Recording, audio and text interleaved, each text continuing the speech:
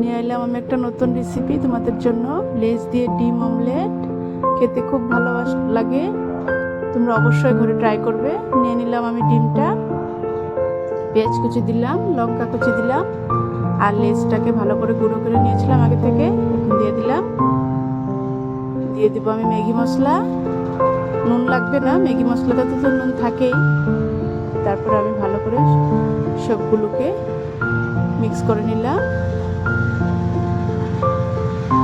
Mix করে দিয়ে দিলাম আমি, আমার যেহেতু তেল গরম হয়ে গেছে আগে থেকেই, কড়াইতে দিয়ে দিলাম ডিমটাকে। অবশ্যই তোমরা ঘরে ট্রাই করে দেখবে, খেতে খুব ভালো লাগে। আমার মেয়ে একটু কড়কড়া ভালোবাসে ডিম অমলেটটা, তাই আমি একটু কড়কড়া করলাম। ভিডিওটা ভালো লাগলে লাইক করবে, শেয়ার করবে, অ্যান্ড ফলো করে দিবে আমাকে নতুন